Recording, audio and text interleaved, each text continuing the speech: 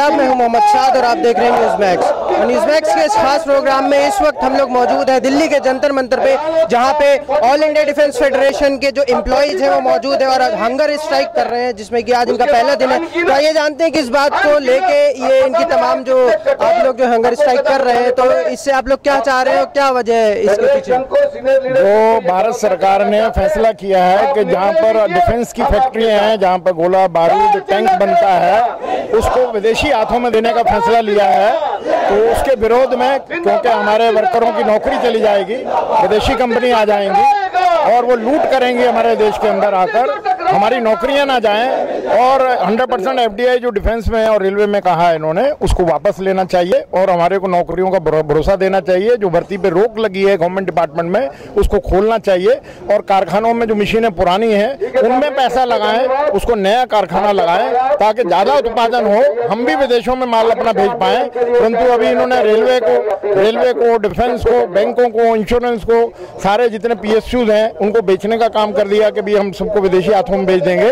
उसके विरोध में आज ये पहला धरना है और ये 15 अगस्त तक चलेगा। और all India defence employees federation जो है, इसकी 340 यूनियन है और ये पूरे देश के अंदर फैली फैक्ट्रियों से आए हुए हैं। आज ये पहला धरना है इनका और आज से धरना शुरू हुआ है, अभी ये खत्म किया है।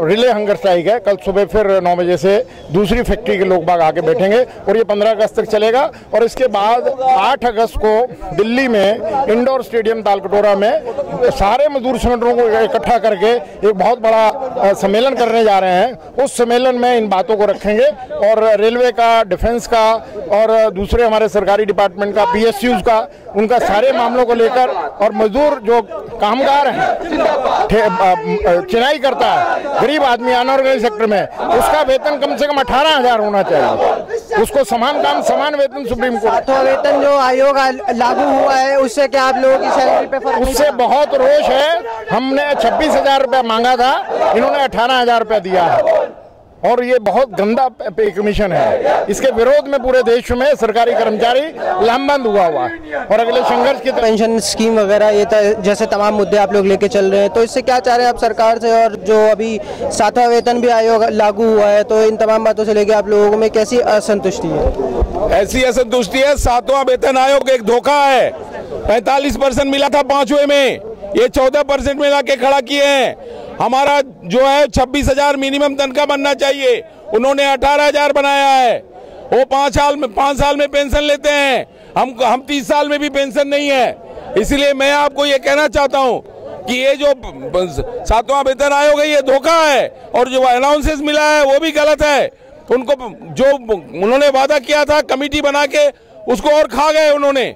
कोई पैसा उन्होंने नहीं दिया, हजारों करोड़ रुपया बचा लिया, 17 महीना भी खा गया। ये तो हुआ पे कमीशन।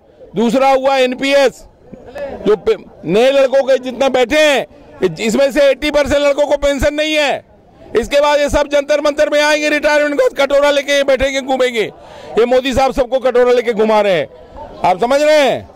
तो ये है हमारा मेन। प्राइवेटाइजेशन में जो फैक्ट्रियां बंद हो रही है उसके खिलाफ हम लड़ रहे हैं। ये फैक्ट्रियां बंद नहीं होने देंगे, इसका काम नहीं जाने देंगे और किसी भी हालत में इस लड़ाई को हम लड़ेंगे, चाहे मर जाए तो मर जाएंगे। तो क्या लगता है कि कितने लगभग लोग बेरोजगार होंगे या कितना फर्क पड़ेगा आप लोगों पे अगर प्राइवेटाइजेशन लागू हो? हमारा ऑर्डिनेंस फैक्ट्री का 80,000 कर्मचारी का ऊपर ये नुकसान होगा, कारण हम लोग 600 का ऊपर प्रोडक्ट बना रहा है डिफेंस का माल ऑर्डिनेंस फैक्ट्री में। उसमें कम से कम 200 अभी मोदी साहब और अरुण जेटली साहब दोनों मिलकर निकाल दिया ऑर्डिनेंस फैक्ट्री से। हमारा 80,000 कर्मचारी को नुकसान और हमारा तो 10,000 का ऊपर ट्रेड अप्रेंटिस ट्रेनिंग होकर बाहर वेट कर रहा है नौकरी के लिए, उनको भी नौकरी खतरनाक में चले जाएगा। यही प्रॉब्लम है प्राइवेटाइजेशन का।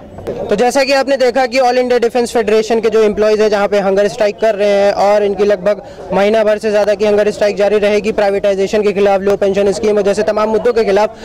अब देखना ये कि सरकार इस चीज़ को कैसे लेती है और इस पर क्या सख्त से सख्त कार्रवाई होती है कि नहीं, इनकी सुनवाई होती है कि नहीं। तो इसी के साथ साथ देखते रहिए न्यूज़ मैक्स।